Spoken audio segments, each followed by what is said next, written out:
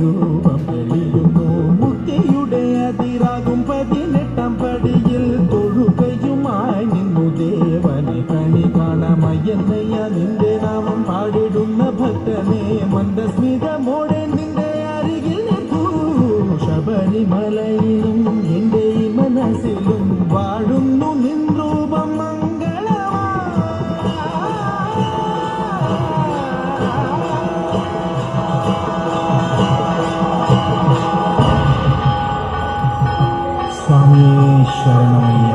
ഞാൻ ലത തൃശ്ശൂർ ഡിസ്ട്രിക്റ്റിൽ നിന്ന് ശബരിമല അയ്യപ്പ സ്വാമി ക്ഷേത്രത്തിലേക്ക്